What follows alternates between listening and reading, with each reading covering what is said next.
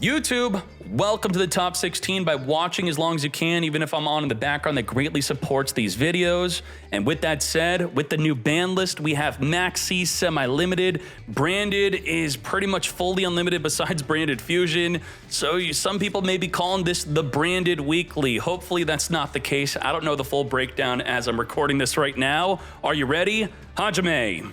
There can only be one winner, and you're looking at it. Let's go. Dark World versus Branded. Very quickly, in case it's not in the recording, I was talking about how Silva was previously banned. One of the main goals of the Dark World deck is to either delete the opponent's entire hand through Silva, returning 2 cards from their hand to the bottom of the deck and you could use it multiple times, or by decking them out if they max you. We now have Fool Loss in the meta, which can, Fool Loss will not be drawing from you special summoning from the grave, which will be definitely a huge deterrent from being decked out. We're now going to be making a Grand Granule with our Cartesia fusion summoning.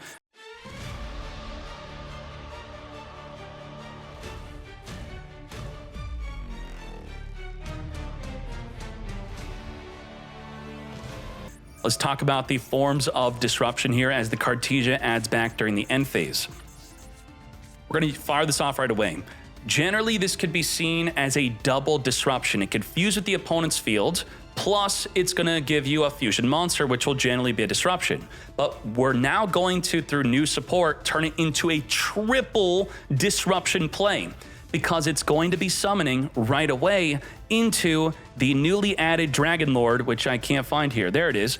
Dragon Lord, Light and Darkness Dragon Lord with the mandatory triple negate.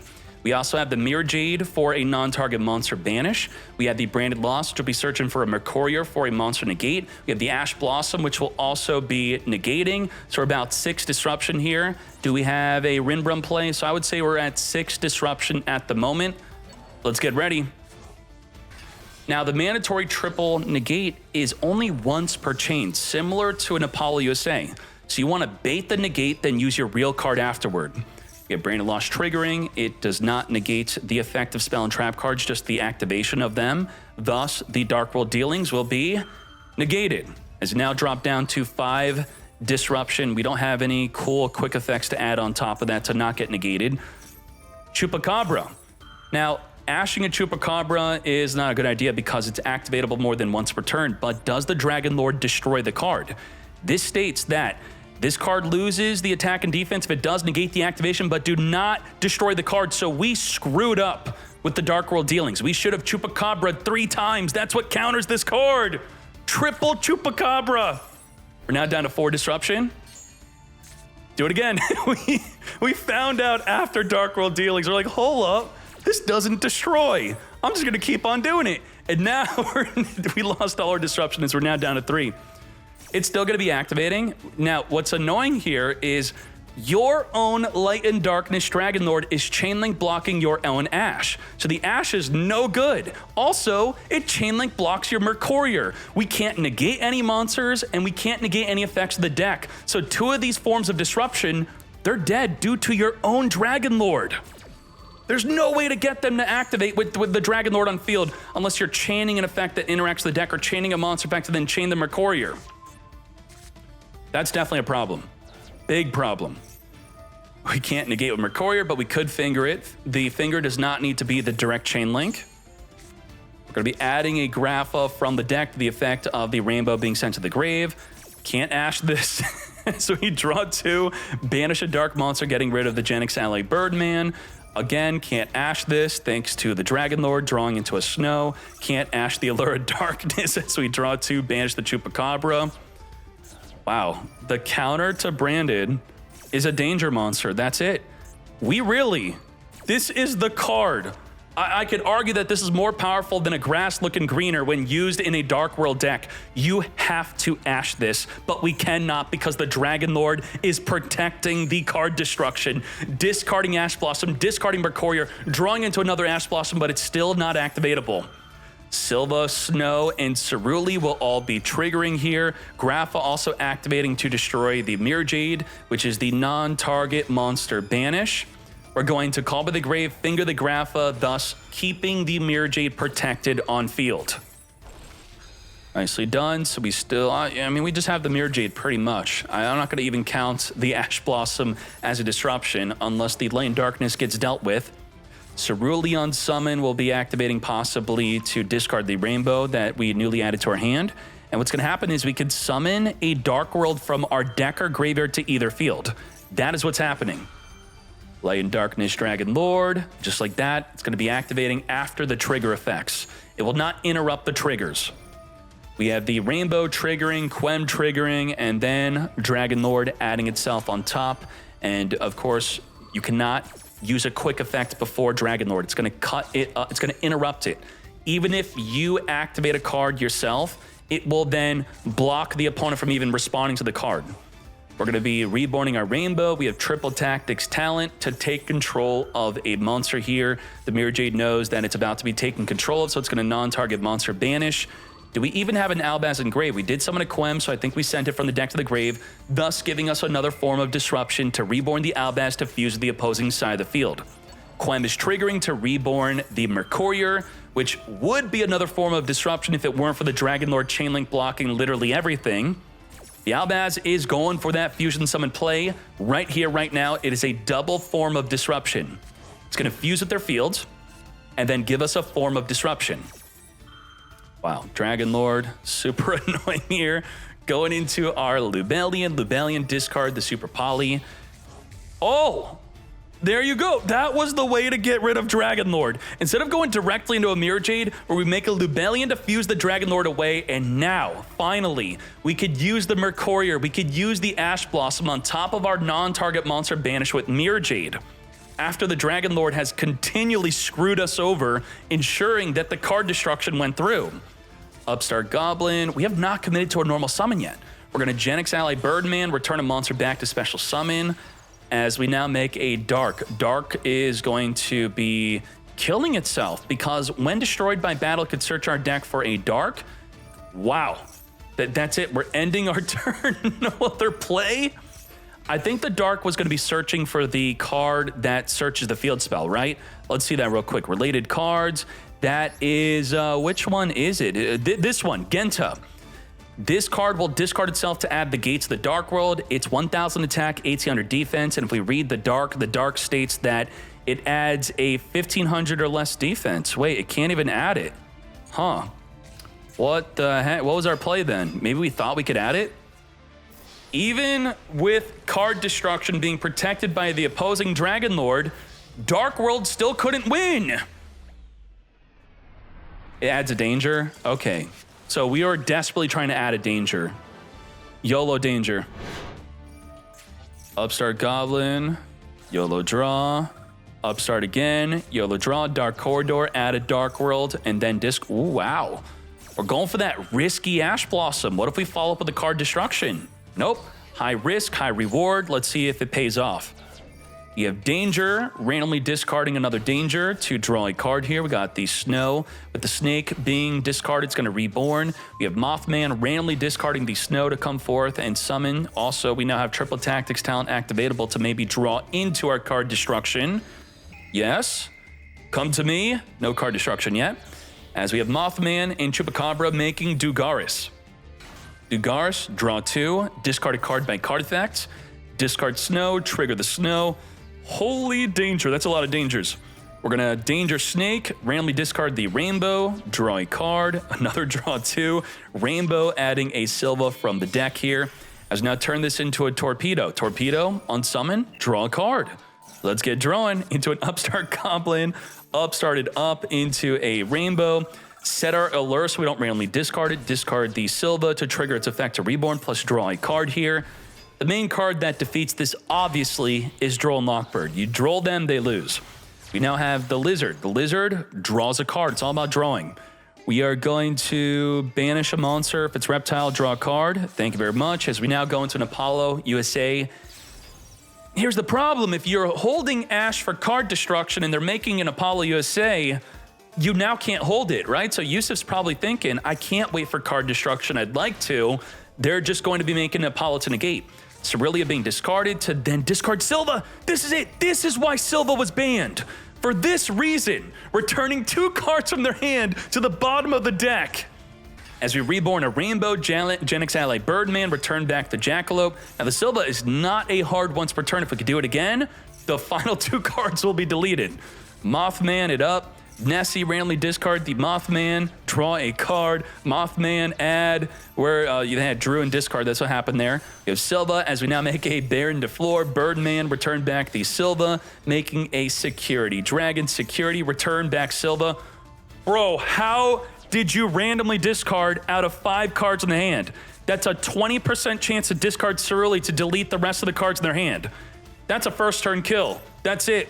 Silva was preemptively banned before the new support of Dark Worlds because of this play, as we were about to return their hand down to 0 cards, plus negates for whatever they'd newly draw off the top of their deck for the next turn. Nicely done. We have Branded in high spirits, discarding Albaz to search for an Albaz monster, which will be the Albion Shrouded. With the Albion Shrouded, making sure to activate it in the draw phase to play around a Droll and Lockbird, we are going to chain Branded Opening. So with the Branded Opening, we're going to be discarding the Albion Shrouded, so we do not draw a card here to summon our 1 of 3 Alubers, by the way. It is unlimited.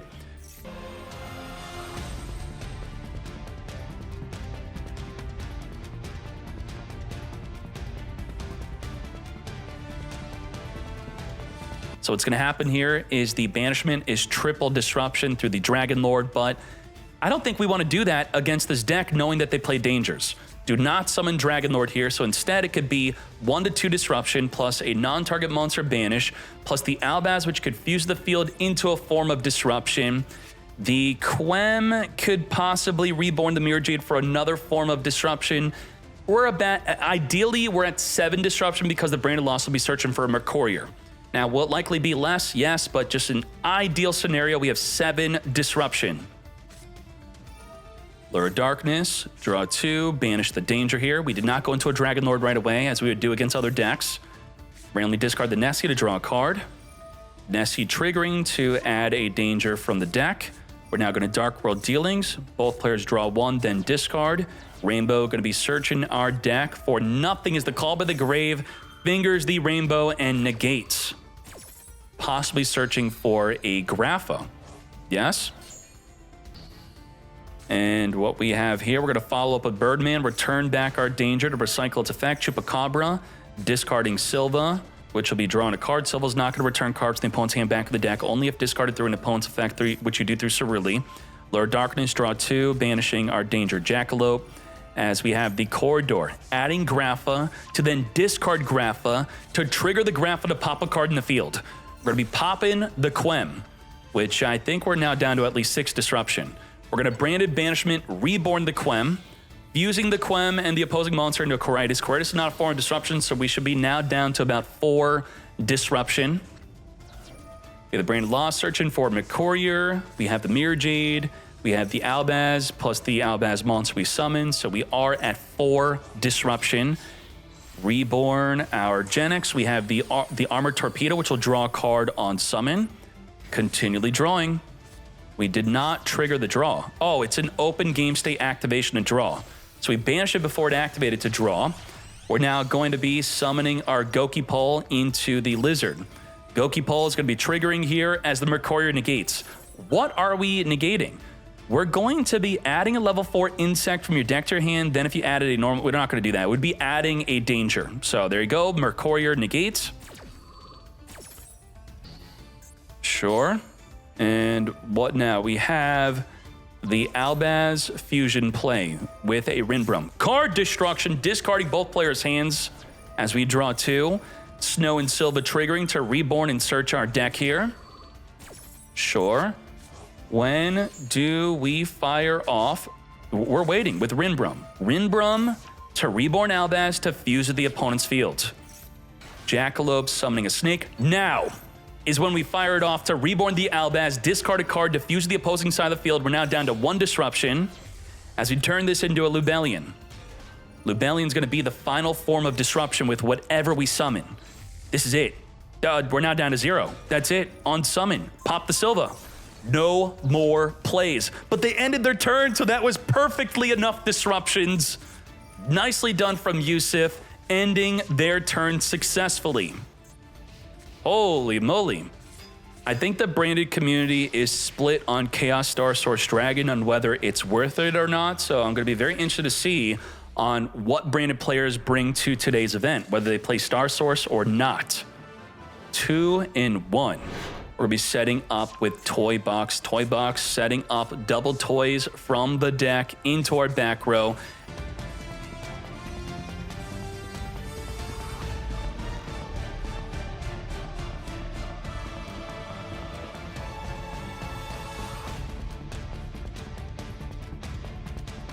If you activate anything, Diabel could summon a Formula Synchro, which could turn into a level 10 Synchro, which will be a form of disruption through our, let's say, we don't have Chang Ying. Can we make a Chaos Angel with the Formula Synchro? Yes, we can, of course. So we could banish on summon. We do have or we could flip the whole field face down. We could use the Woes to flip the field face down, plus the effect of the Chaos Angel. We have Imperm to negate. We have Baron de Floor to negate anything. And then we have Scourge of the White Forest. Tribute a Synchro to then negate any card in the field, which would be the Tri-Edge Master most likely. So that's going to be 5 forms of disruption. Let's go. Did we draw Maxx for the turn? Yes, we did. No way. Late to the party, but what all these forms of disruption is leading to a bunch of special summons. Special summon into a special summon into a special summon into a special summon. It's about 4 special summons that we could draw 4 cards with the Maxx. We're going to set up the museum, so we could say that the Maxx is late or it's just in time. As we Durendal equip onto the Baron de Floor, we're going to be destroying Durendal to search for an Ogier. Ogier on summons, going to send from the deck to grave our Immortal Phoenix Gearfried. As we use the Heritage to grab a Renaud, if we control a warrior, we could special summon itself onto the field. Now what's going to happen is we're going to be chaining the Diabel, and we're going to chain Maxx. Knowing that we're about to special summon 4 times under the effect of Maxx, we're just going to call with the Great Finger in. That's it. Very simply done. We didn't have to waste Baron de Floor, which we probably would have done. Negate the Maxx. As the Diabel summons from the extra deck, we're going into the Silvera. Silvera is going to activate to flip the entire opposing field face down. What is good? We're going to be sending the Ogier for a Diablo Star from our hand here to then activate to get negated, mate. We're not searching and setting up an original Sinful. Not today. We still have flip the field face down plus negate and negate. We have triple disruption, mate. Immortal Gearfried's trying to summon itself onto the field, which is a form of monster negate. We do not want that monster negate on the field, so the Baron de Floor will negate and destroy. We still have 2 more disruptions. Almace equipped to equip from the deck a Joy Use.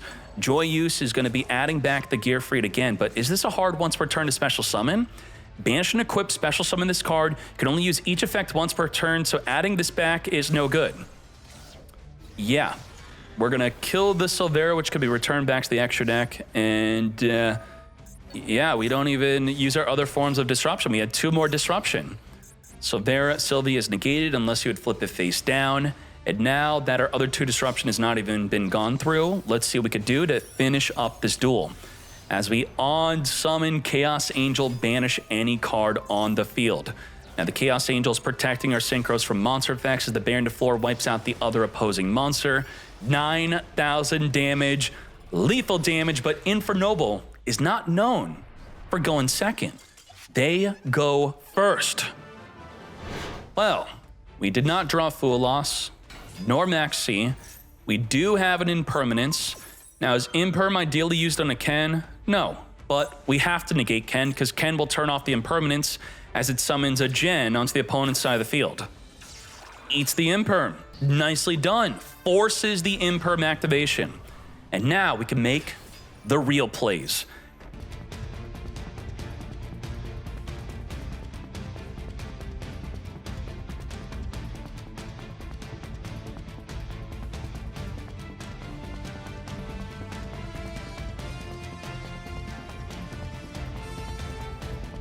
So what's going to happen here is the Angelica Ring is going to negate any spell activation.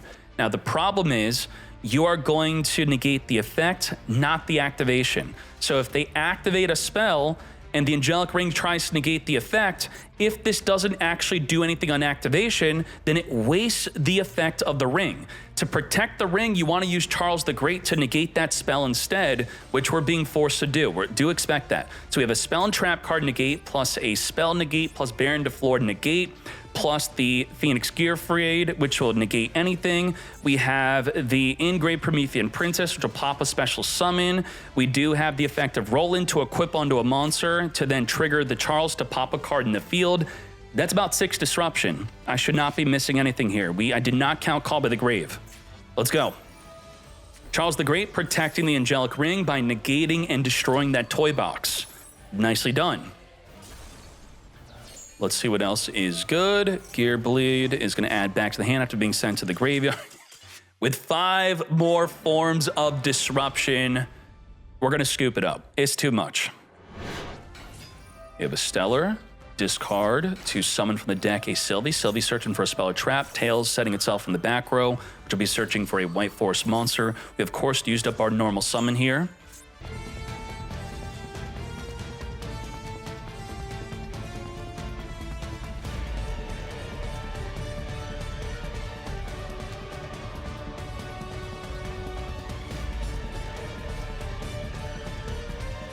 We're going to use the Rusia to return Diabell back into the extra deck. We're going to use the Magna Hut to banish the Diabell. Now, how can we know if this was actually a good play? Baron de Flor's negating it, so it was good enough to use and waste up the Baron de Flor, which is a once while face-up negate. It now cannot negate during the next turn. One of Diabell did not want to get banished. We wanted to resummon that Diabell right here, right now. The Lulu Lilith is boosting up our field. Let's now talk about the forms of disruption. If a card leaves the extra deck, which, a dump from the extra deck or a summon from the extra deck, you're going to be able to negate the effects of one face-up card on the field. Baron de Flor is not a negate. The Diabell is going to be able to flip the entire opposing field face down. The Woes will be able to flip the entire field face down. The Imperm will negate a monster. The Scourge will negate any card on the field. We didn't even have room to set our Call by the Grave. We have Maxx in hand on top of this 5 disruptions. All right. Baron de Flor not jumping off during the standby phase, even though it did not have a negate. We're going to be grabbing a Renaud through the effect of the Durendal. As we summon Ogier. Ogier send from the deck here the Immortal Gearfried. Special summon Renaud to add the Gearfried back to the hand. Of course, we're drawn per special summon here. Taking that Maxi challenge, making an Angelica. Angelica on summon searching for the museum. As we now set up the museum, Angelica could dodge a card like Impermanence. So you want to make sure you do not target her with a card effect, because that's what the opponent wants to do. We're going to Ogier. Now, what's important to note here is think about Lady of the Labyrinth. Yes, a good thought to have. Now, the Angelica can be chain link blocked like a lady. You block the lady from setting a trap from the deck. You block the Angelica from directly chaining to a card effect targeting her. So what could that have been? It could have been something like a Woes, or let's say you chain Maxx to an effect targeting her. It would chain link block, but then they could possibly use another card effect to continually try to target her with. Imperm, negate the Angelica, or you could just wait for her to activate and then impermanence her. Nicely done. As long as you don't initiate with the Imperm on her effect to search, which she would have then dodged. We have Ricardetto banishing itself to special summon from the hand in Infernoble, as we now make Emperor Charles. Now, I was discussing, what is reducing the win rate? Why are these win rates not 100%? Well, as you can see right here, we're probably not winning this duel, yet we summoned the card that gives us the win rate of 88% plus. We have the Emperor Charles being summoned, returning our cards back to the deck, the effect of the Magus. The Lulu Walla Lilith will now be negating the Emperor Charles negate. We're now down to triple disruption. Gearblade equipped, as we then banish the Gearblade to summon the Gearfried. We're now going to use the effect of Woes to attempt to flip the entire opposing field face down. Gearfried requires there to be an equipped card on the field in order to negate a monster effect. So we're going to summon, and then Gearfried summons. So how could we have stopped the Sylvie from flipping the field face down? If we preempted the Joy Use, equipped it onto something, that would then be able to, with the Gearfried on summon, being able to negate the Silvera from flipping the entire field face down. Gearblade activate, Silvera activate. We have no negate mate. The LZ chainlink blocks the negate anyway, thus we would have not been able to negate the Silvera if we were to use the Joy use early. Get flip, Gia not during the duel. And then we have the Scourge of the White Forest, which will be able to negate any face-up card in the field. Return back Silvera, come forth and summon from Engrave. And now Anderson with 9+ cards in the hand. Holy moly. LZ sent to the grave, come forth and special summon.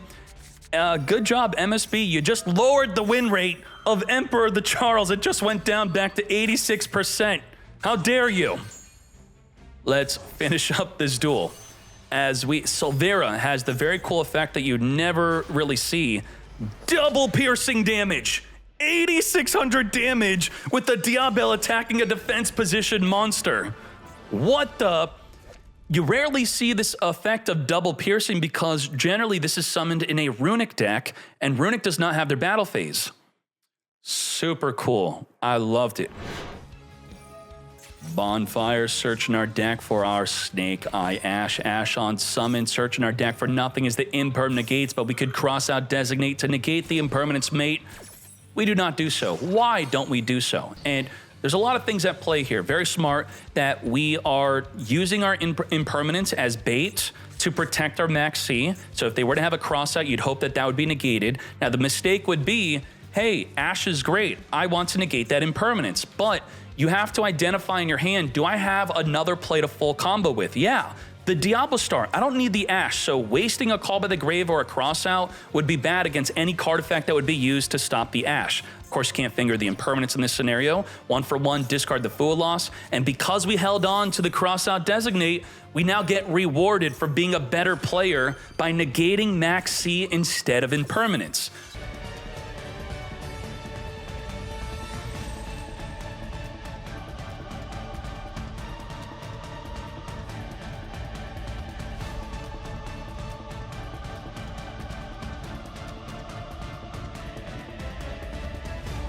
So what specifically is so good about the Kirin here is that it ensures that the Promethean Princess is not going to block the Masquerena from being reborn and from linking off into a Little Knight because Promethean states that you could only summon fire monsters.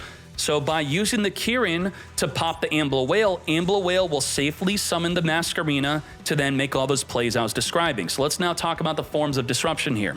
We have double monster negate with the Apollo.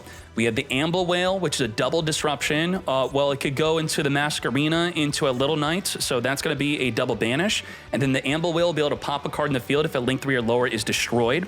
So that's just 5 disruption through the Apollo, Ambler Whale, and the Masquerena. And then we have Kirin, when destroyed, reborn a Fire King to then pop a card in the field. That's 6 disruption. And what else do we have here?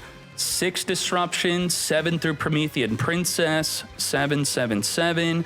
If the Kirin can reborn an Arvata, which we can gain access to through the Garunix, that will be 8 disruptions. So 7 to 8 disruptions is what we're counting here. We do have Call by the Grave, though. We have to be careful about not fingering ourselves. If we finger a Kirin, we finger our own Kirin. We finger Garunix, we finger our own Garunix. We finger Promethean, we finger our own Promethean. What are we willing to finger? Ponix, negated by the Apollo USA. Sure. We may just want to finger the Masquerena, possibly, or the Ambler Whale, right? What do you think? That'll be the least disruptive on ensuring we don't finger ourselves. Well, it's happening right now. There you go. There you go. You got to be thinking about this stuff. Finger that Ambler Whale. If Ambler Whale equaled 3 disruptions, we went from 7 disruption to now 4. 4 disruption left. Very good. 1 finger minusing off 3 disruption. That's effective. We're going to pop the Arvata from the deck. Arvata reborn the Ponix. To battle we go. Okay. Ooh, interesting. We're scooping it up. So what we're attempting here is a damage step Garunix play, which unfortunately gets negated by the Apollo USA anyway. Yeah. You swing in, you damage step Garunix, which is a great play. Apollo does not care. Bonfire adding a Poplar triggering to special summon itself. We're going to be activating that Maxx right here, Right now, that potentially makes us susceptible to something like a triple tactics talent if you were to instead use Maxx in the draw phase. But if you have a card like Valor, you would want to possibly wait for the opportunity of using Valor first, so they finger your Valor, then your Maxx is safe from the Call by the Grave. All things you want to think about with your Maxx. And now we have the Valor, and I'm unsure if we're playing Valor ourselves. Nope, we actually are. Valor negated with the Crossout Designate. Negate. Now, you tell me, what do you think would happen in the TCG? I'm not meaning to be controversial here. If I activate Crossout Designate in the TCG and I declare Valor and I'm not playing Valor in my deck list, do you get to call Judge and return the Crossout Designate back to my hand, thus it's an illegal activation? Now, in Master Duel, which I think is much better for punishing someone incorrectly using Crossout Designate, they have to commit with the Crossout Designator. They just can't even call Valor.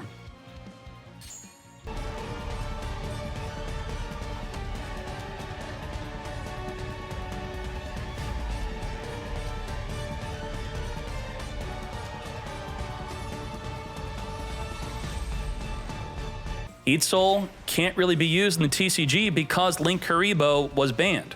So if you're copying a TCG deck list and not putting in Heat Soul, you have to understand that they can't play this even if they want it. Now, this could possibly draw into another hand trap. Before we count the disruptions, we should see if that happens. It did, but not a usable one. Now, our disruptions are, we have Arvata negate a monster effect. Kirin is going to be popping a card on the field. We have Masquerena into a double Little Knight banish. We have Skyburn popping 1 to multiple cards on the field. That's 5 disruption. We have Engrave, a Promethean Princess popping a monster on special summon. 6 disruption, is that enough?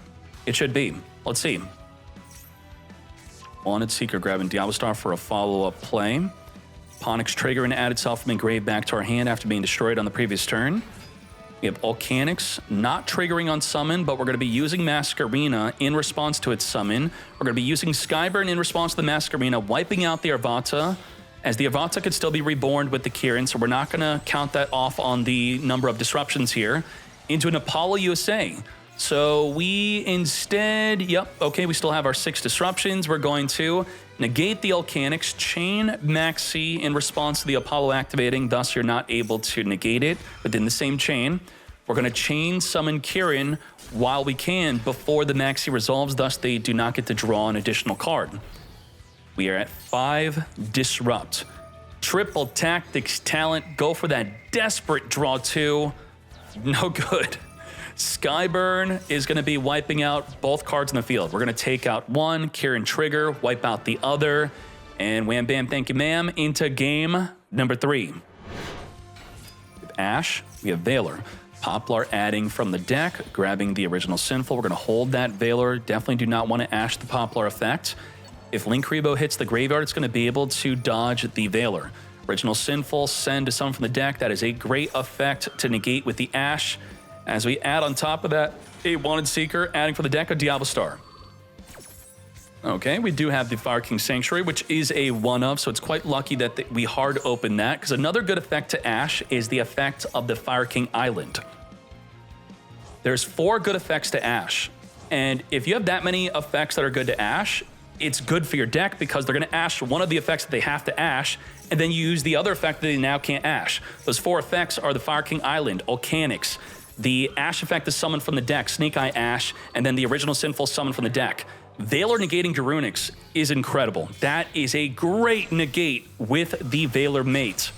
As we now have no more forms of disruption, so we turn our 2 monsters into a Hida to steal the Ash, now turning this into a Promethean Princess. Promethean activating to reborn from Engrave our Garunix, as we then end our turn. What do we have here? We have the ability to pop a card in the field, Ash negate an interaction with the deck. If we could get Promethean Engrave, we could then pop a special summon monster or a monster on special summon. It could be a non-special summon one. We then have the Garunix effect, which could pop a Kirin to then summon... we need another Fire King, though. This Fire King has to be in the graveyard to do that. So it'd be about 4 disruption. Or disrupt. Bonfire negated by Ash Blossom. Now, of the 4 cards I said to Ash, Bonfire was not one of them, and I stand by that. I don't think Bonfire is a good card to Ash. In the TCG, they say you should negate Bonfire. Are they just bad? Do they not know what they're talking about? They say it within the context of no one would lead with Bonfire because it plays in a Duel and Lockbird, because Duel and Lockbird is played a lot more in TCG than in Master Duel. That's why it's safe to negate a Bonfire with Ash within that context. But that's not the case in Master Duel. At Master Duel, it's much safer to open up with Bonfire. But still, is it horrible to negate a Bonfire? It's just higher risk with a high reward on hoping that they have no other follow-up play. So let's see. Ash negates the Bonfire mates. We still have the Skyburn, Promethean, and Garunix.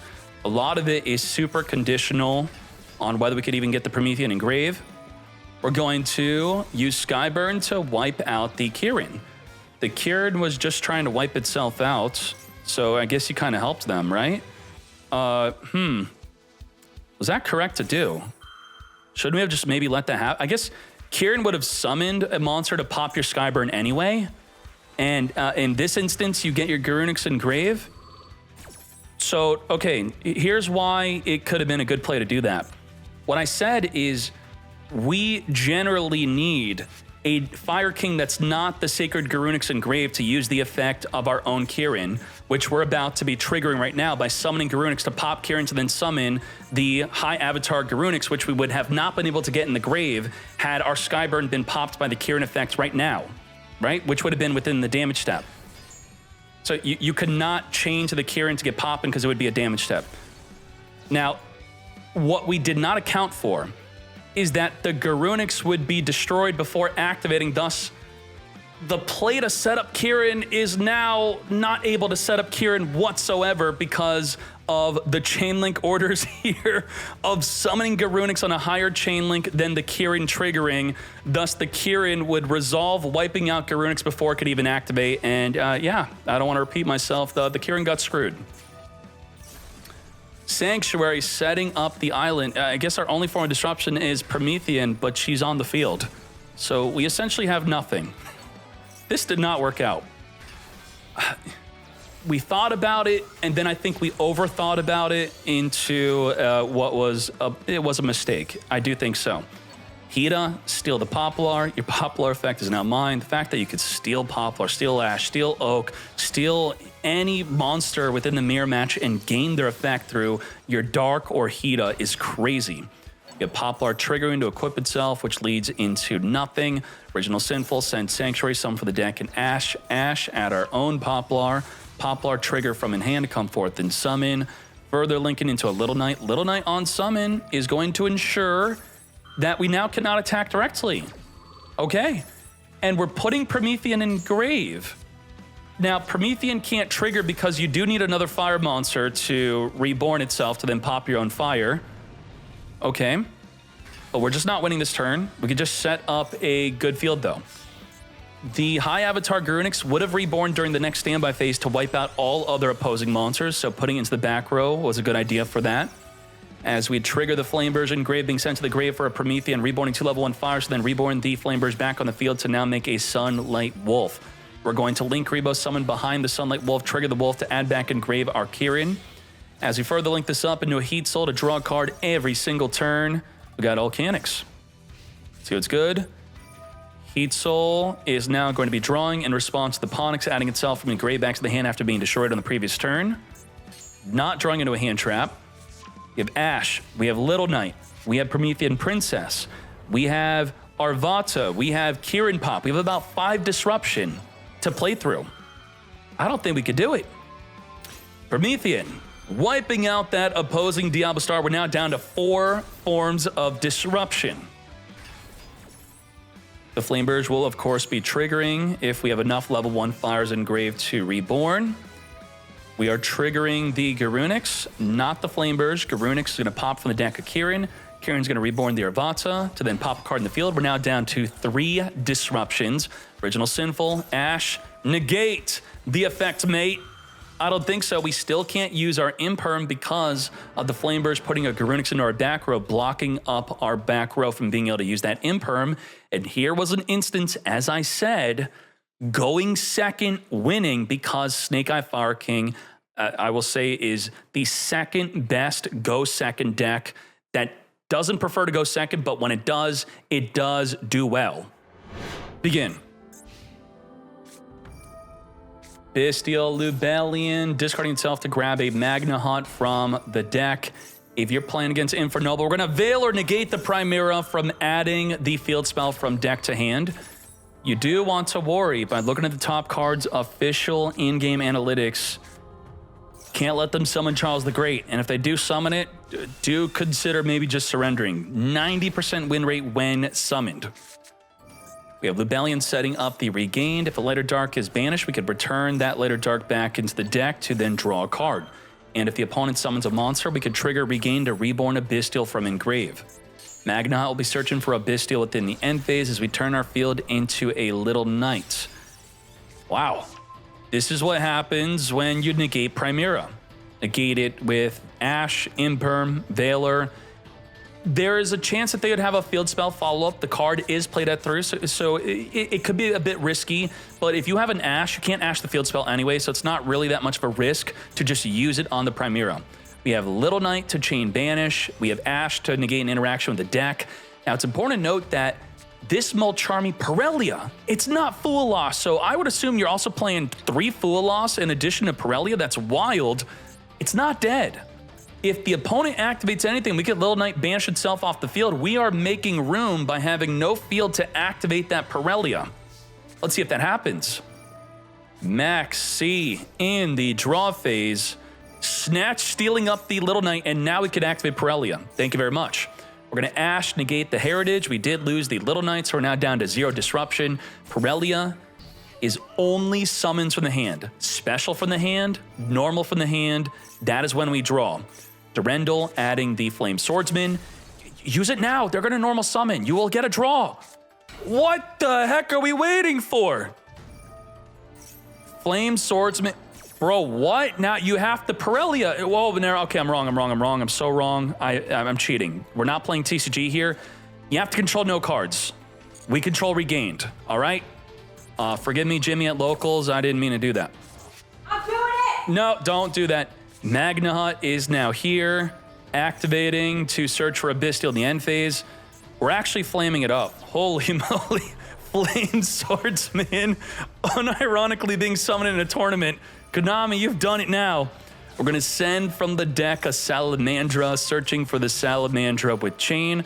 Salamandra equipping onto the Flame Swordsman, but boosted to 2,500, taking out the Magna Hut.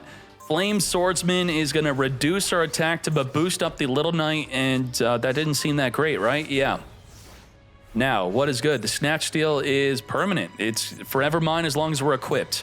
Now, the Salamandra with Chain states that target a fire monster on the field, equip this card, and then you could change one effect monster on the field so it's a non-target flip face down, plus the Little Knight Chain Banish.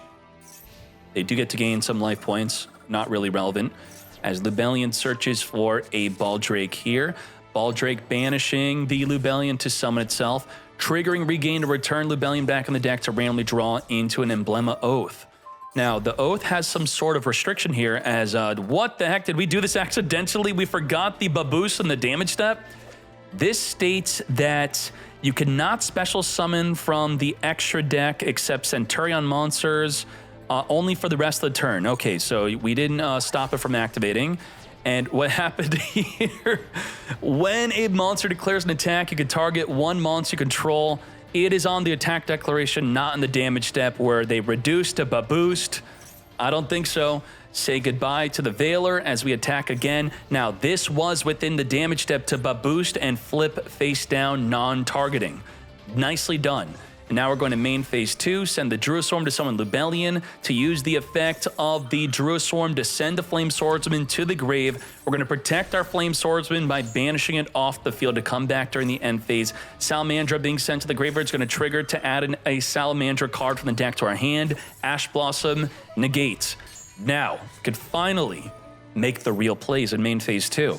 setting up the stand-up Centurion. Stand-up Centurion is going to be discarding a card, set up with the full play of Primera. Primera is going to be searching our deck for Trudea, using up our regular normal summon to set up a Gargoyle with Trudea, special summon Gargoyle to now make a Legatia. Legatia on summon is going to pop the Little Knight and draw a card.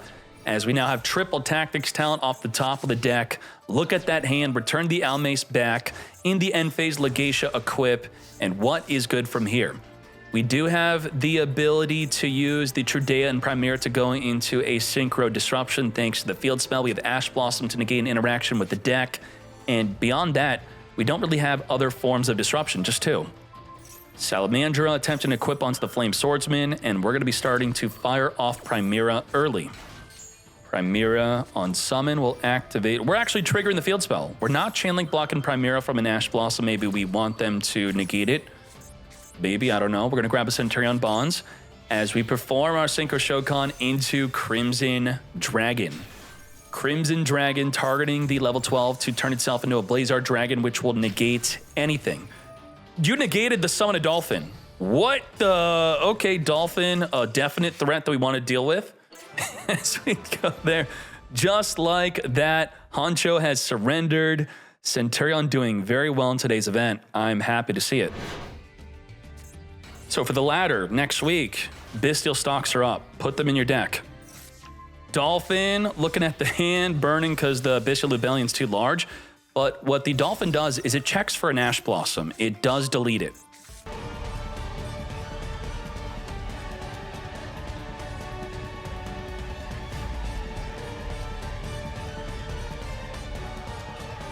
So a question could be, does Nibiru stop the effects of what it just did? What does it stop? The effect is send a fire from the deck to the graveyard. If you do, banish this card, then special summon a Roland.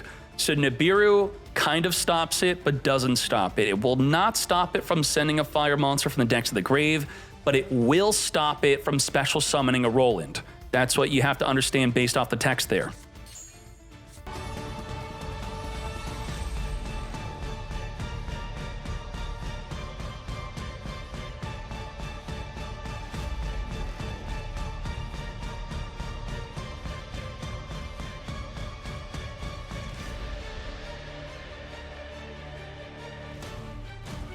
Untargetable Baron de Flor. We left up Nibiru instead of destroying it with a Baron de Flor. I believe a lot of people would have destroyed it, but then as you can see here, the impermanence would have then been activatable. So you do have to account for, well, Nibiru could crash into Baron de Flor, right?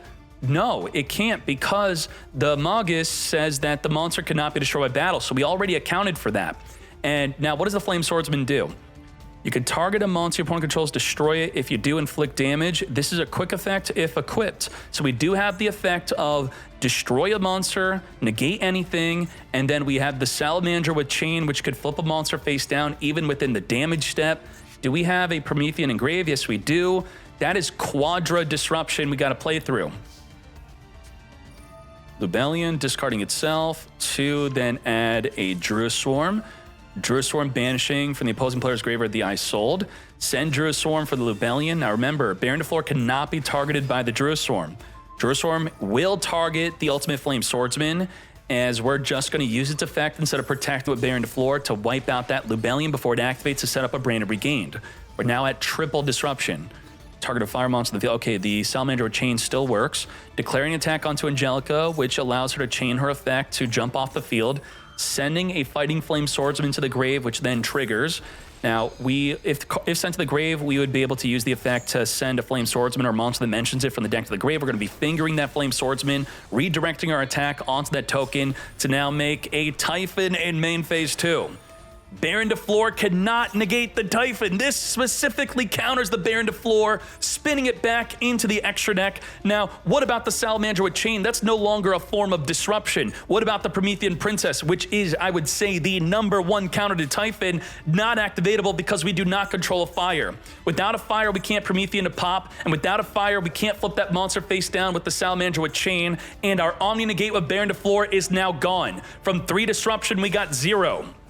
But we summon Typhon, so Typhon means I end my turn, right? You can't special summon for the rest of the turn. Can't summon. Emblem of Oath, Well, we'll set up a Primera, which with the field spell is not enough. We need another body here, which that other body could have been, let's say, a Bestial. So even with summoning Typhon, if we could set up a Primera plus Trudea or a Primera plus a Bestial, we'd still be able to continue the duel. Now, it's important to note here is that in this duel, we did summon Charles the Great, Emperor Charles, so we are still going to maintain that high win rate, as it does look like we're winning this duel. Renaud is activating to return a card engraved back to the hand. Imperm is trying to negate it, as the Salamander with Chain is going to flip it face down to dodge the negate. Snatch, steal, mate, take control of that Typhon. We have 5,400 damage on field, now 59. We're going to further equip Special Summon from the back row, 7,900 damage, but there is a Primera to block the attack as we grab a Trudea from the deck. Not enough for game. What is this? We have Salamander Swordsman, boost for 3,200, 18 follow-up, and in fact, we do have lethal damage. Flame Swordsman. This is just game 2. We have a game 3. Nicely done. Okay. Maybe we have a good Nibiru play. Let's hope. Let's cope. Ash negate the heritage from adding a noble knight monster. We're hoping for the high risk, high reward. Well, if it wasn't worth cross out designating, you know that wasn't a good Ash then. There you go. That's pretty objective there. Unless Honcho doesn't know what they're doing. Durendal equipped onto the Ogre. Now, what's funny is Ogre is not just a hand trap, she's also a field trap. She could activate from the field. If regained were to trigger, we could pop it. We're going to grab a Durendal with the Renaud, equip the, oh wow, this is actually game, just like that. 38, 1,000, use the effect of the Gear Blade to now perform additional attacks for game. Couldn't even Nibiru. It's not your fault, my friend. You did well. Thank you for joining the tournament. I'm very sorry that happened, Hybrid. It just happens. Emblema Oath. We have even more Centurion in today's event because of the Serenir on hit. More Centurion Bestials being played today. What is going on? Imperm, negate the Primera, but I already have my stand-up Centurion. With my stand-up Centurion, so I would say this. Ash Primera, Imperm Auxilla.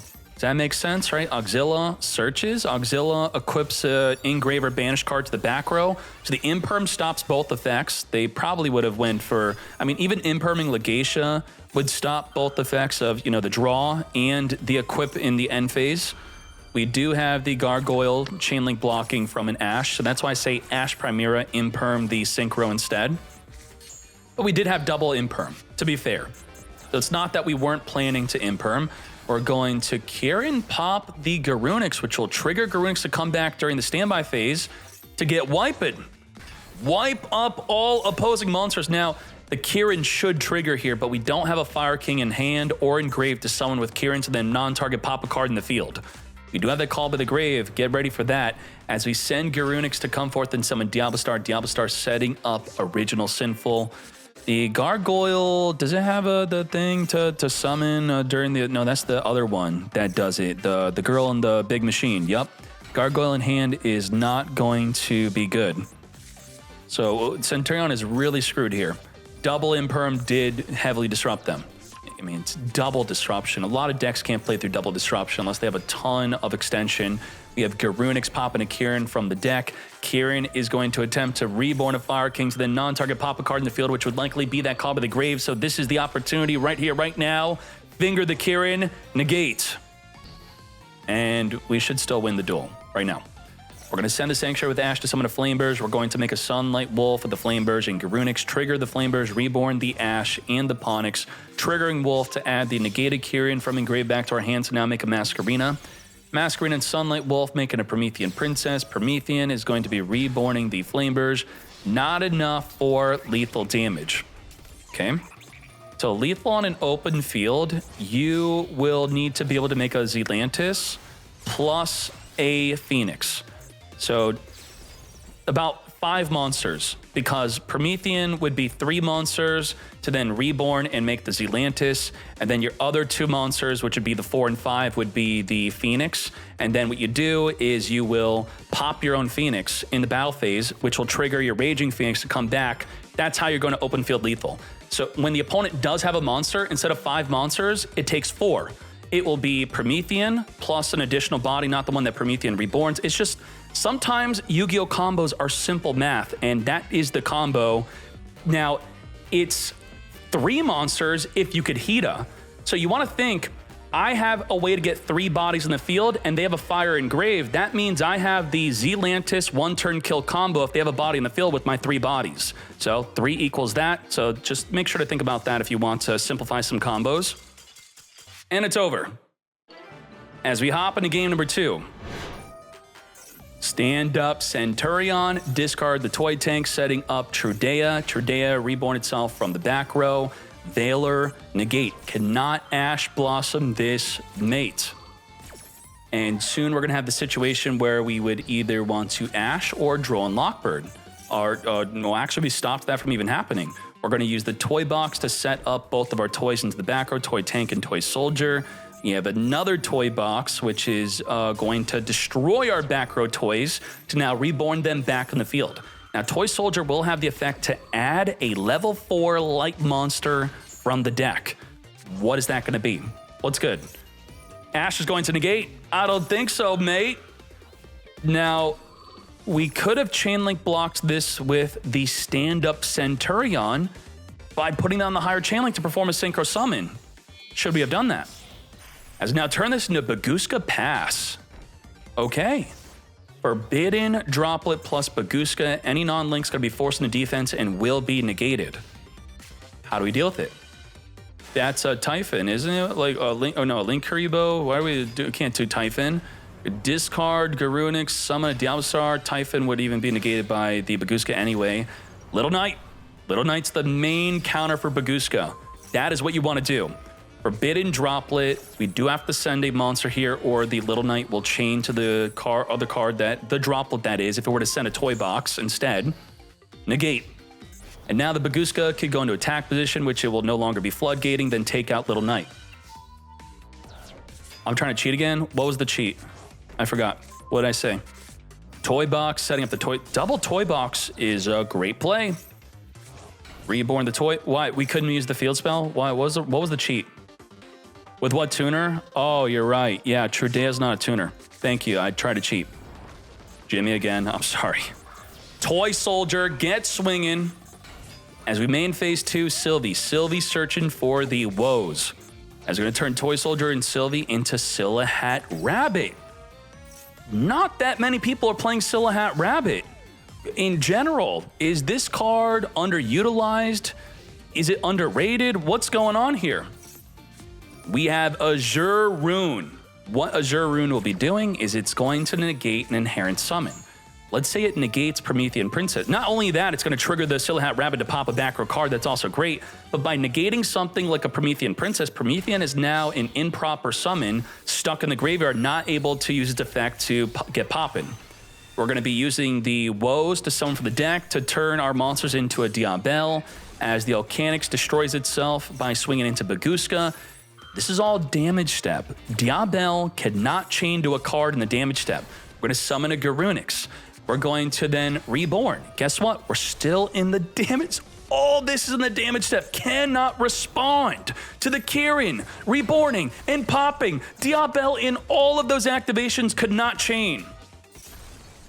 A good way to do this is you could normal summon a hand trap, make an Almirage with it, and then get swinging.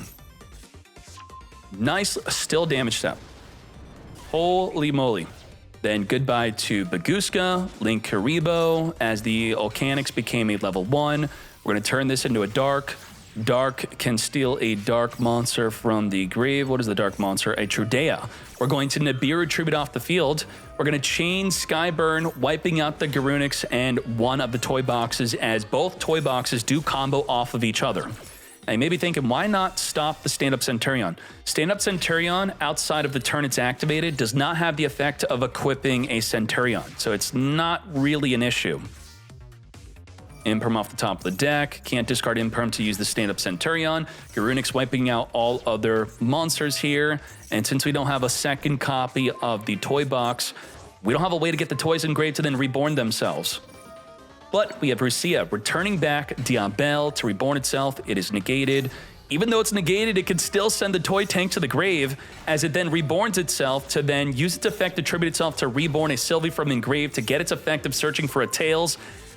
Wow, this is crazy. Freaking White Forest. Tails searching for Elzette. Elzette send the toy soldier. Damn, that's really a pop-off. The toy boxes combo with each other, but the Sylvie engrave was able to combo with one toy box. If you were not a toy box believer before, I don't know about you, I now believe in the toy box. I will consider dropping my runic cards promptly. We have Chaos Angel on summon, banishing off the field the Garunix, and we have the second toy box anyway, setting back up the toys into our back row. Let's now, Astellar, send a toy, summon Primera. For some reason, you're allowed to summon a Primera off the freaking Astellar because it's going to be a light spellcaster tuner you summon from your deck. And just like that, 1-in-1. What is good? I think we could all agree that Runic Centurion's better in the TCG, but when it comes to Master Duel, a lot of the Runic cards are heavily hit, including the field spell being limited to 1. That is definitely something to consider. Droll in Lockberg. Do we play it ourselves? Looks like we do not, as we can no longer add from our deck to our hand. As the toy tank reborns, we summon our Sylvie, which we couldn't activate to search. We summon Rusilla, which we also cannot activate to search. This is turn 2, by the way, as Snake Eye Fire King did brick. We do have double Veiler to battle, thankfully not lethal, just a nice 3k to our chin. Triple Tactics Talus, take a gander at your hand. I mean, my hand sucked so bad I passed on the very first turn. I think in this well, we couldn't draw 2 because of Droll. I think we would have drawn 2 had we had the option to do so. We're going to Diablo Star. Now, we know their hand.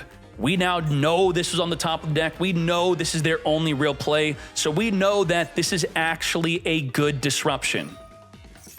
Yep, there we go. We know. Saw your hand. Negate and destroy Diablo Star. We still have a droplet on top of that. Can Baron the Floor reborn from engrave for a good play? Probably reborn Sylvie, right?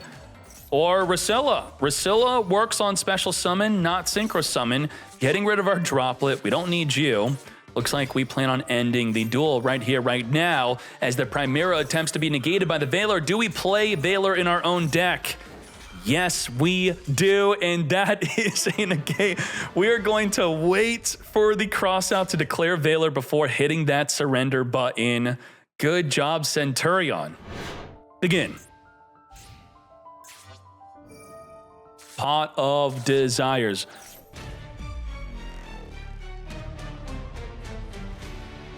Now, what the heck happened for our very first turn? Our pot of D, we got the Ash, and then we're done. That's it. Okay, Pirellia in Maxx. Mulcharmy being another copy of Maxx. Even though this card has been semi-limited, the Mulcharmy say, I don't care.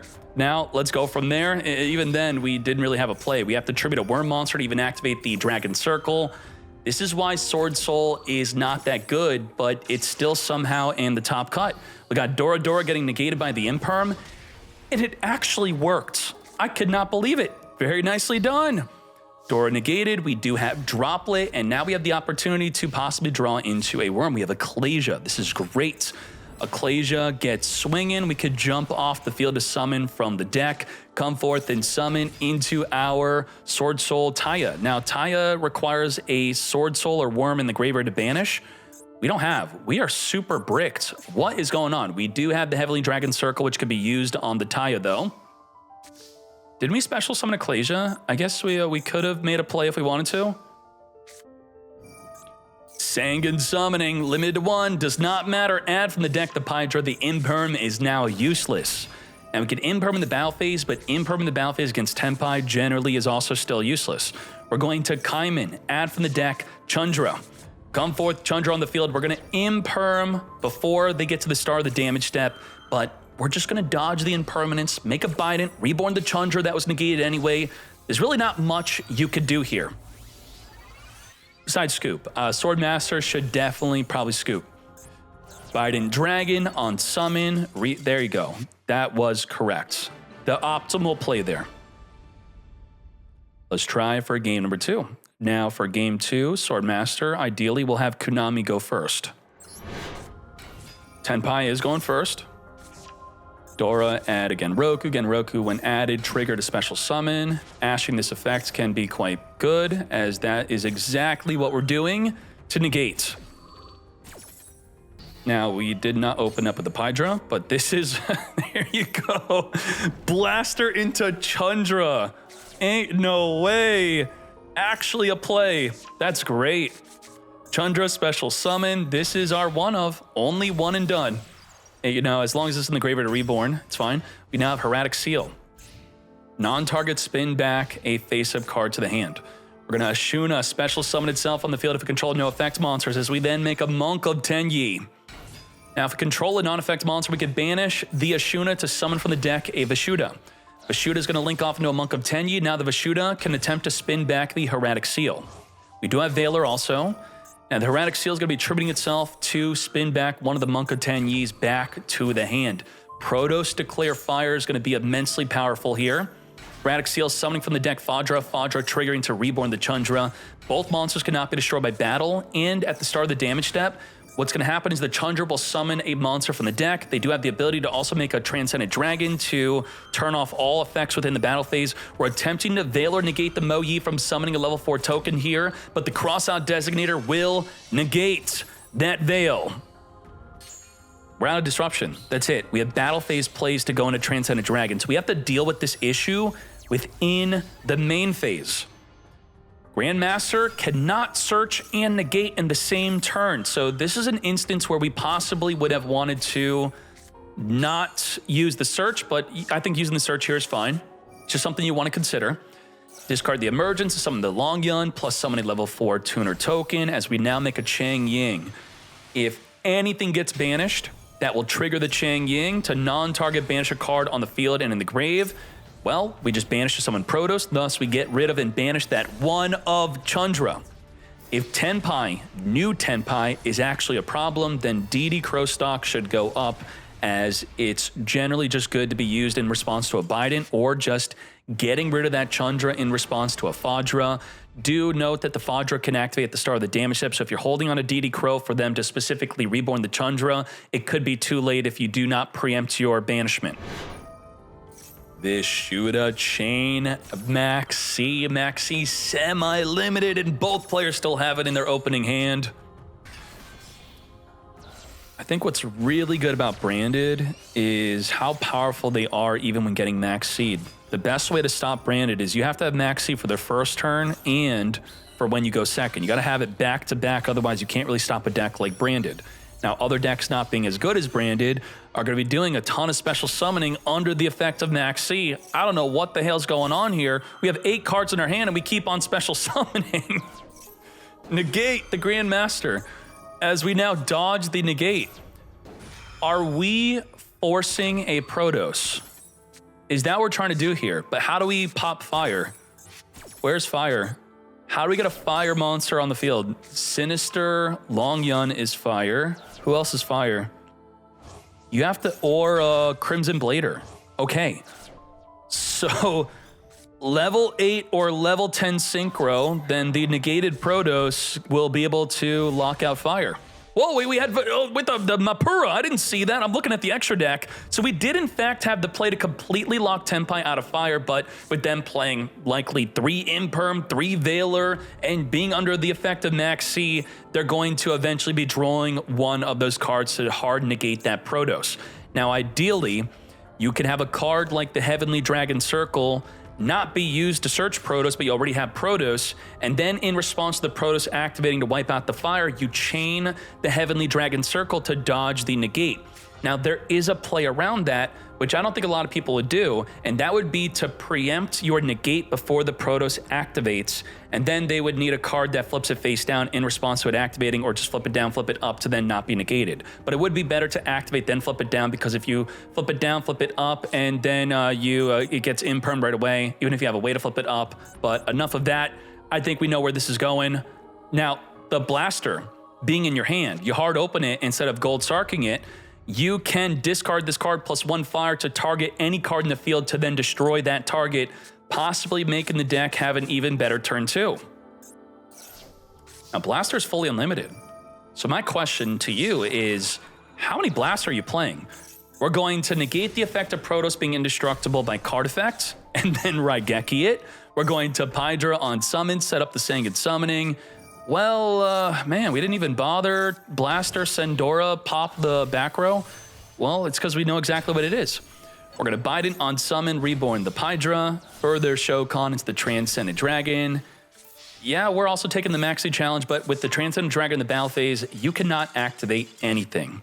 And just like that, add the Fadra, summon the Fadra, reborn from Engrave, which would give us about 30,000 plus damage.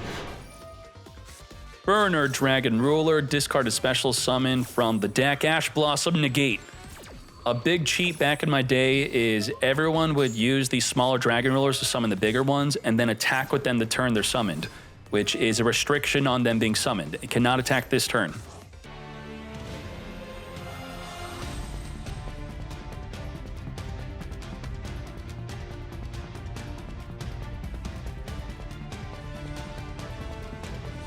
I Cupid pitch, no search. If sent to the grave, inflict damage, and if you do, add a level 8 or lower with 600 defense from your deck to your hand. We're not playing that? That's interesting. No, wait, Corridor got banished. Why is Corridor banished? Oh, to summon Tempest? We hard opened Corridor and we had to banish it to summon Tempest. Interesting. Okay, well, that's fine. We have an Omni Negate plus the Mask Arena into a Little Knight Banish into another Little Knight Banish, backed up by Maxx. Triple Disruption. Yeah, you know, he got double use out of the Corridor. Do we negate Crossout Designator? Yes, we do. That is how powerful the Maxx is. If we're using a board load to negate a negate on our Maxx mate, then you should always, with other hand traps in your hand, try to throw them out before your Maxx to hope that they try to negate those instead. Regained plus the stand-up Centurion, discard Phalanx, set up Primera. We're now going to try to banish. Okay, so the Primera will summon as the Mask Arena summons. Are we going into an Apollo USA to negate? No, we're not, as we make Little Knight to get banishing in response to the Primera activating. Little Knight going for that Primera specifically. We do not have the stand-up Centurion to trigger, which even if it did trigger, it would be on the lower chain link than the Little Knight. The Little Knight would still benefit from it. Regain, returning back Primera to randomly draw into a Long Yun. Trudea is going to be banished. Now, does this stop Trudea? What is Trudea trying to do? Let's read this. During your main phase, you activate. That's it. There's no cost. You could place this card and 1 Centurion from your hand or deck, hand or deck to your spell and trap zones face up, and then you can't special summon Trudea for the rest of the turn. So what do you think? Is it still, because it says place it and another card, so it gets banished, and then and also you'll do the other card from the deck in the back row still. It stops it because it says and. It does not say also. It would have to say place this card you control into the back row, also place a Centurion monster from your hand or deck into the back row. It doesn't say also, so it does not work here. There you go. As we now triple tactics talent, get drawing.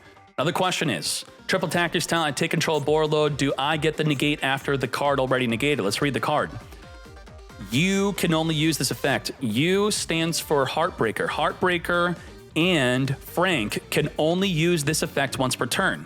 Frank has not used it yet, so if we took control of it, we would be able to negate. Summon an Ecclesia. Ecclesia jumping off the field into Ash Blossom. Negate. Ain't no way, mate. Negate the Ecclesia. Wow, that sucks. Holy crap. Did we just top deck that? Yes, we did. We drew an Ash. Maxx drawn an Ash on the Ecclesia summon. Disgusting. Negate Swordsoul Emergence with the Ash Blossom. Negate.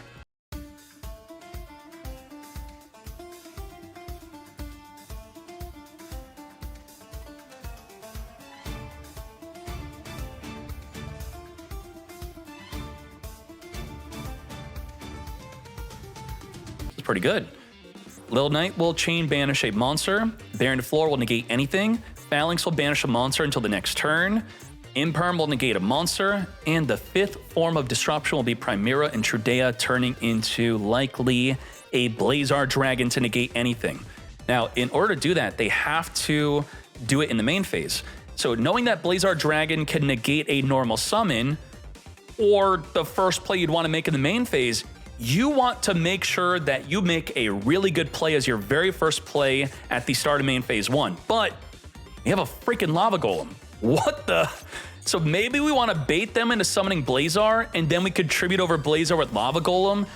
What could be really tricky here is fake entering the battle phase, but then retaining the main phase, which would work more if they did not have a Baron to floor. It would be so that they would try to play around something like an evenly match as they then summon a Blazar Dragon and try to stop it. It wouldn't be a good idea here, though, as we just Lava Golem, tribute over the Auxilla, and Baron to floor. It lost only one disruption. We have Little Knight, Chain, banishing itself, plus the Lava Golem. We're now down to triple disruption.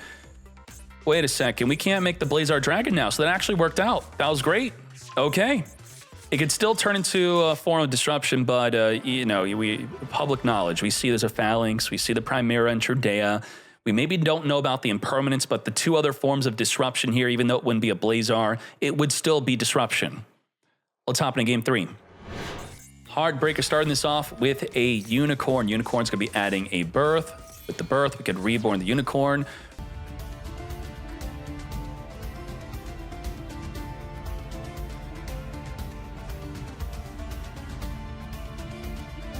Return a banish card to summon Corridor to then make a Thunder Dragon Colossus. And with that, we now can't add cards from the deck to the hand. So what's going to be good here is, except by drawing them. So we could still draw with the Mo Yi, we just can't add.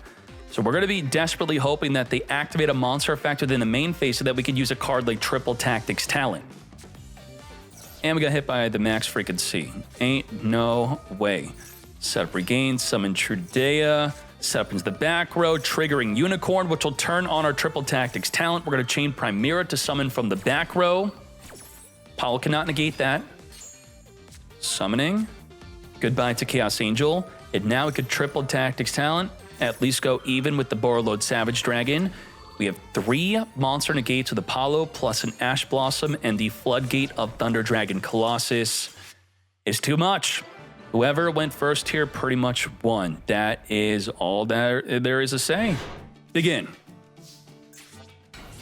Come forth, Snake Eye Ash. Ash on summon, add a Poplar from the deck. Poplar trigger, special summoning itself onto the field. Grabbing an original Sinful from the deck here. The opponent has no disruption whatsoever, so let's speed this up.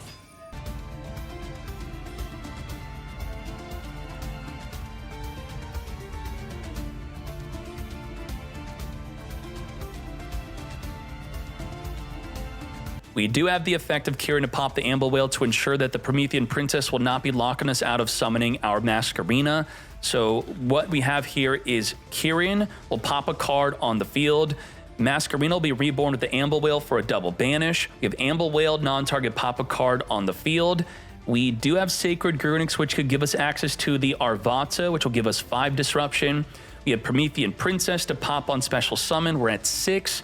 And with 6 disruption, we have Veiler and Impermanence. So 8 total disruption versus a 6-card hand. Now, how does Red Eyes Fusion work? It states that you cannot normal or special summon other monsters the turn, not for the rest of the turn, but the turn you activate this card. You normal, you special, this turns off, it cannot be used. And even if this card gets negated, that is ridiculous. We're gonna grab Ponix. Okay, so we have 8 disruptions. Gadget Trio being added as we activate our Red Eyes Fusion. We're going to chain Kieran to that Red Eyes Fusion play. To come forth and summon our Red Eyes Dragoon. Sending a Dark Magician and Red Eyes Darkness from the deck to the grave. Now, what's worth noting is that the Dragoon cannot be destroyed by card effects and cannot be targeted by card effects. So out of all these forms of disruptions, can't target with Promethean, can't non-target destroy because it can't be destroyed. All of our disruptions can't affect this? What the? It's unstoppable. Amble Whale, okay, we can't even Little Knight. What do we do? What do we do? Summon a Ponix. Link Karibo's here, Ponix trigger. We are going to discard to negate. Once per turn, when a card or effect is activated, discard a card to negate and destroy, then gain a permanent 1,000. Now, what's happening here? We could do this twice per turn. You can non-target destroy one monster on the field up to 2 times, and it inflicts damage equal to the monster's original attack. Let's do it again. We don't care about Kieran triggering. It can't stop us. We have Toy Box. So brute forcing through 8 disruptions just by hard summoning Red Eyes Dark Dragoon. Now you may be thinking, why are more people not doing this? Well, generally, they're not doing it through hard opening up their Red Eyes Fusion. They would normally have to make an Anaconda, and all of our targeting and destruction effects would have stopped the Anaconda from ever even summoning Dragoon. 4,000 to the face. 1,300 life left after burning for 24, burning for the Link Karibo. Do we just lose to this? It's got an Omni Negate, and it will get boosted if it destroys the card. If the card's in the grave, it cannot be destroyed. We have Fire King Island destroying Ponix to grab an Arvata. Arvata can negate the negate. Reborn Garunix. The out to Dragoon, the best out, is going to generally be an Access Code Talker, because you can't negate Access Code Talker from boosting its attack, and then Access Code Talker can destroy this by battle. A card we don't play. Now, Zealantis is another play. We could Zealantis non-target banish it. So if we waste their negate, we just have to make a Link 4. Yeah. Are we able to do a Link 4 play? We should be able to. We have Diablo Star, we have 1-for-1, we have a normal summon. We should easily Zealantis this. Is Zealantis our only out, though? A super large and in charge Raging Phoenix could out it by swinging over it, right? Raging Phoenix swing over, Zealantis non-target banish. Let's see, we're climbing the links to help make that Link 4. Steal the Dark Magician. Now, there's a problem with attacking into this. If you hard focus with the linear mindset, tunnel vision on this card, you're going to forget about the Toy Box, which has the effect of, when the opponent declares an attack, protect your Dragoon by sending one of your toys to the graveyard to destroy that monster attacking. 1-for-1, and just like that, we got our Link 4. We can go into Nightmare Phoenix first, take out the Toy Box so that, whoa, we didn't discard to take it out.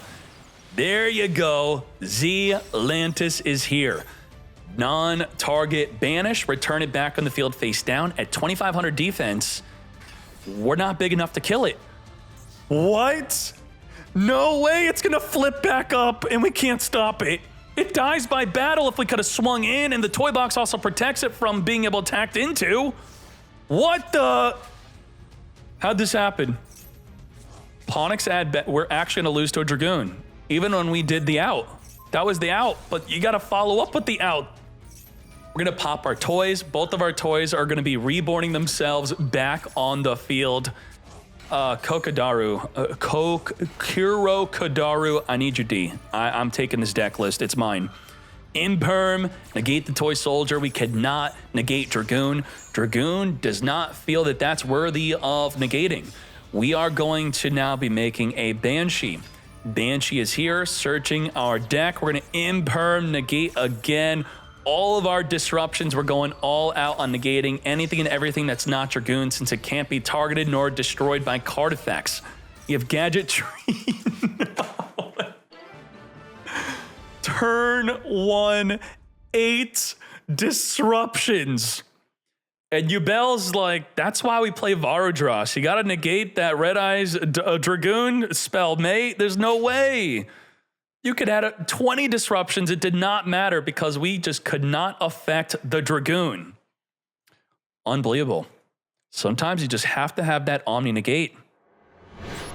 Look at this. Sky Striker Mobilize. I was talking about this being used in a Dragoon type deck to very easily help you make your Anaconda without taking up your normal summon.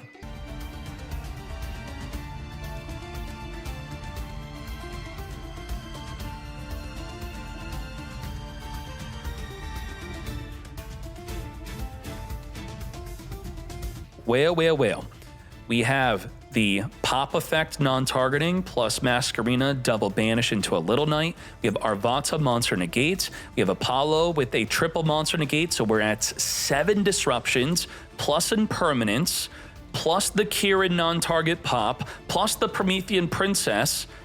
We're at 10 disruptions. Damn. Apollo really boosted up the count of disruptions. Yep. All right. And if we Red Eyes Fusioned, we could have played through 10 disruptions. I think so. Yes. The Amble Whale would be bigger than Dragoon. The Apollo and the Arvata could negate Dragoon from boosting. I think that would be the problem there. Negates. We're now down to 8 disruption. Kieran popping the Amble Whale to reborn the Masquerena, ensuring that she's summonable while there's no Promethean on field. Again, before Promethean gets summoned, let's make our Little Knight double banish play. I guess we're hoping our monsters get completely wiped out so we could follow up with engages, right? We're now down to 7 disruption. Shining Sark. We could swing the Toy Soldier into the main phase 2, our engages. Future Silence searching for Gandora G. Gandora G activating a special summon, but is negated by Apollo. We're at 6 disruption. I would assume that Gandora is hard once per turn on that effect. Yes. We have King Sark, discard Gandora G, send an I'm Seti from the deck to the grave, reborning itself onto the field, triggering Promethean Princess, take out that I'm Seti. We're now down to 5 disruption. Triggering Garunix and Arvata to reborn. We could actually have 11 disruption through the Fire King Sanctuary going into the rank 8 Hyang. Likely would not be happening though. Papa Kieran, reborn the Arvata. Not on target pop, now down to 5 disrupt. Into Typhon. Promethean being the main counter to Typhon is not able to destroy it. We just lost the Arvata, now down to 4 disruption. We have the Typhon, which is going to return a monster back. We're not going to even Apollo negate, Shore Mate, Little Knight, Chain Banish, as we just allow you to return back our Promethean Princess. And now we make the real plays into Sky Striker engage into Hornet Drones. This can go into Anaconda, into Dragoon, but the Apollo still has a negate. You have Apollo negate, and in grave we have Amble Whale, which I don't think will be triggerable. Wait, we Typhon, so we couldn't do that. Nope, that would be cheating. Yup, Typhon made us lose. I mean, it was probably our only play. Thanks, Typhon. We're going to Seeker, add Diablo Star. Seeker is going to be returning in grave, Original Sinful back in the deck. Would Typhon be too much if it didn't have the summon restriction after summoning it? Doesn't turn 2 deserve something as powerful as a Typhon without the restriction?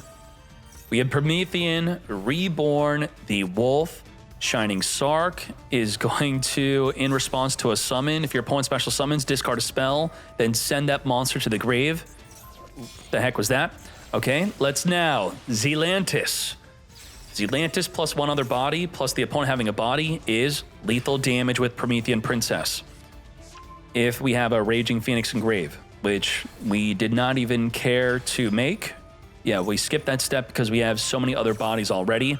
So to just speed up lethal damage, we're going to forego that step, wiping out the Garunix and the opposing monster, and then just like that, this is enough for lethal damage. 8,300 non-target pop, 2 cards on the field before attacking. Say goodbye to those 2 face downs as we take this into game 3. If we take off the floodgate effect from Typhon and the restriction, I think that'd be fine, right? Neither player can activate 3,000 or more. Just remove that and remove that you can't summon after summoning this. Future Silence grabbing the Gadget Trio, grabbing the Shining Sarcophagus. Shining Sark is going to be negated by Ash Blossom. I don't think so. You will not be adding from the deck a Shining Sark card. Soon we're going to have the new Shining Sark monster. Where is she? Because everyone was going nuts. In fact, we learned some very important information on the new Shining Sark card on Reddit. We're going to Anaconda, send from the deck the Red Eyes Fusion to come forth and summon into the Unstoppable Dark Dragoon. Cannot be targeted by card effects, nor can it be destroyed by card effects, and it has that once per turn negate. We do not have the effect of Shining Sark, which states if the opponent special summons, we could then discard a spell to then send that monster to the grave because we don't have a spell. But with the Dark Dragoon being untargetable and indestructible, we can negate anything. The main out to the Dragoon is a non-targeting removal, such as Zealantis, or by a swinging over it by battle. Let's see what's good. 1 negates, but Super Towers. We are right away discarding to boost up to 4,000 attack. Now an Amble Whale's not going to be able to take it out. And just like that, we are done. We are going to Fire King Island, pop a Garunix to grab the Sacred Garunix. Garunix will be special summoning, popping a Kieran from the deck. Kieran's going to be reborning the Garunix to non-target take out the Anaconda, as we now make a zombie vampire. We are going... This is legal cheating. It totally is. We could see that their field is not lighting up when we special summon, so we now know they don't have a spell in their hand. Thus, we are able to pop something else. Mill 4 cards from both players, reborn the Ponix, add a Skyburn from the deck. We still don't have an out to the Dragoon. We have Dark to steal a Dark monster from the opposing player's graveyard. Come to me, Magician Soul, sending Skyburn to draw 1. We already committed to the normal, as we now make this into a Link Karibo. But 3 monsters is 4 monsters, because Promethean reborns. We then link it off, which could then link into the Zealantis. But Zealantis itself is not enough to take out Dragoon. So we are going to be sure that this is not enough. No, this ain't it. Now, it's enough. Now we're good. Now we can banish it, set it, and pop it with Promethean Princess. Just like that. We needed the other fire monsters. So to perform this combo, we needed how many monsters? 4. 3 to make Promethean. But instead we made this combo with 3 monsters because we summoned a Dark. So if you could use Dark or Hida, it's a 3 monster combo to lethal damage. That's crazy. Only 3 bodies. Very well done. Unfortunately, Shining Sark has been knocked out. But soon. And that is the top 16. In the next video, we'll be watching the top 8 grand finale and top deck list, where we start this off with Armed Dragon.